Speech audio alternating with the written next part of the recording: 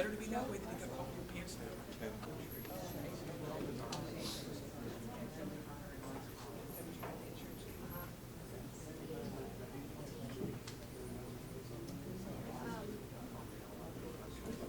Okay, State of Texas versus Britt Chadvurn Privatte.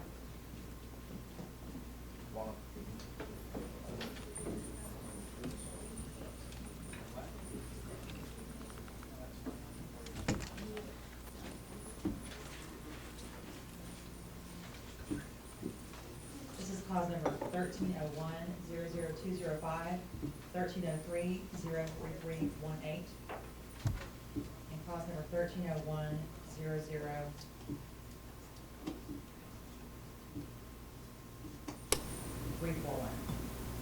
Okay, you heard Mr. Privatte?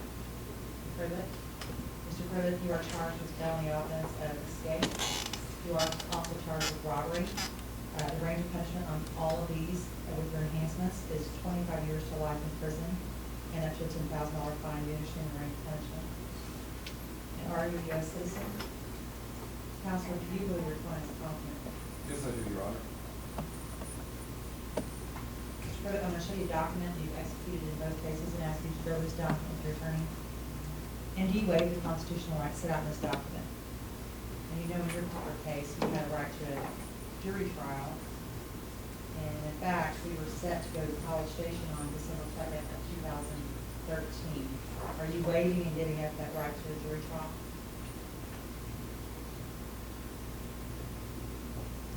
How do you plead to your enhancement paragraphs A and B, true or not true? Are you pleading to those enhancements because they are true? And are you doing so voluntarily?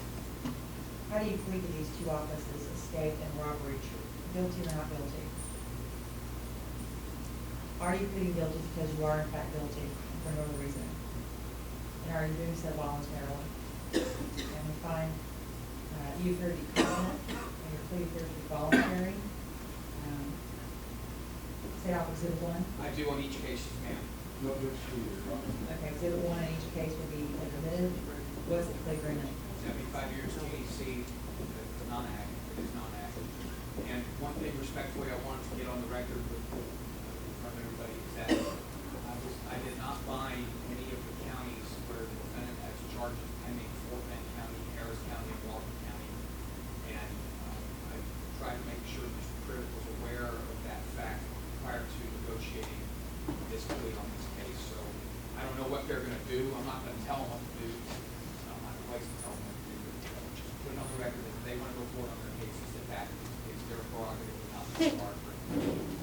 Could you just say for the record what the other cases are in the other counties? Yes, ma'am. He has 2 pending aggravated robberies in Harris County, 3 in Fort Bend County, and he has an aggravated assault of a public servant pending in Walker County. Does your understanding, sir? That's correct, Your Honor. Okay, I'm going to, You don't have any of those counts, I understand that. and you understand what that means. What that means is that if Fort Bend County wanted to go forward on the aggravated robbery, they have the absolute right to do so. They could sit through the trial, they could have a jury trial, and you have the right to have a trial there as well, including in Huntsville and Harris County. I did as part of this plea agreement, he did have an earlier escape case from December of 2011 that he dismissed as part of that plea agreement. So that will resolve any issues that Mr. Privatte had pending in Montgomery County. Okay, I'm going to find you guilty since you do 75 years in prison. I will give you back time credit for all the time you served. On the robbery, it's 307 days. On the other charge, it's 237 days. And as part of the plea agreement, I will dismiss the other unrelated escape involving a previous escape. And this will not be binding on any other county. And you will be credit for time served. Our name of the sheriff will be transported to Texas Department of Criminal Justice to serve your sentence. Good luck. Thank you, Your Honor.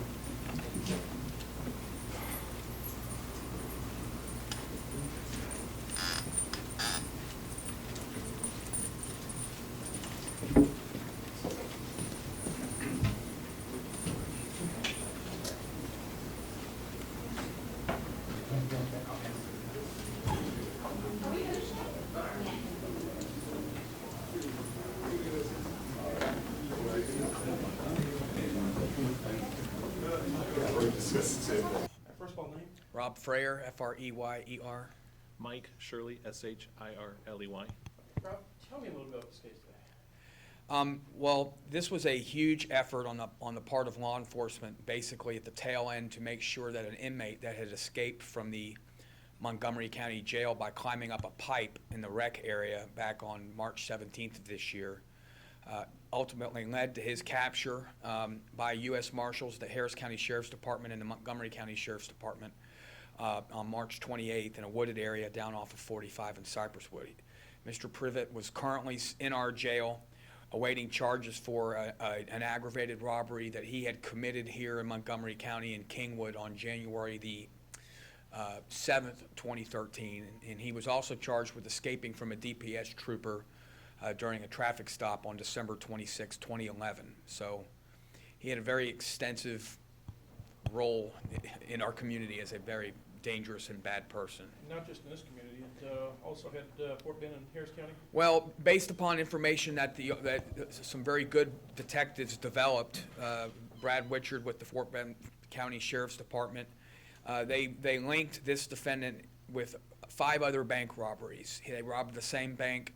Him and his co-defendants robbed the same bank twice off of Louetta in Harris County, and they did a robbery in Stafford and 2 in Sugar Land in Fort Bend County around the same time, about a year ago right now, Thanksgiving to Christmas of last year.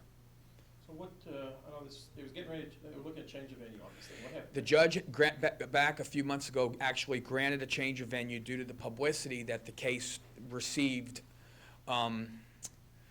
when he escaped and then was subsequently captured. And the judge had granted a change of venue to Brazos County. So we were prepared, Mr. Mike and I were prepared to go up to Brazos County and spend probably longer than a week in trial with victims and police officers from all over the place. But we were able to resolve the case. And we were able to resolve this case due primarily in part to the outstanding work of law enforcement in this case. The capture of this defendant involved the teamwork and the combined work of probably no fewer than 10 law enforcement agencies: Conroe PD, our Sheriff's Department, Harris County, HPD, Department of Public Safety, U.S. Marshals, FBI, all played an integral role in seeing that this defendant was captured and brought to justice. Multiple hours in this thing too, on the search. Hundreds. There were hundreds of officers looking for this defendant over an 11-day period. What about, how did you all come up with a plea today? I mean, just the split or something? Well, basically, Scott, the evidence against this defendant was overwhelming, okay? He had been implicated in his involvement by his co-defendants. Once again, this result is a direct result of good police work. I had the privilege of working with a sergeant named Brad Wichard in Fort Bend County who just did an outstanding job.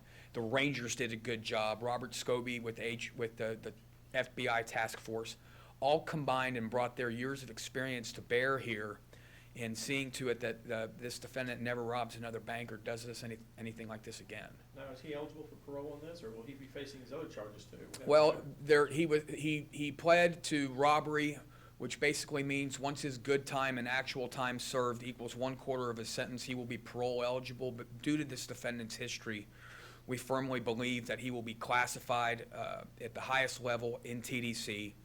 And they've had him over in SEG in our jail, and he still has to deal with cases pending in 3 other counties before he even goes to TDC.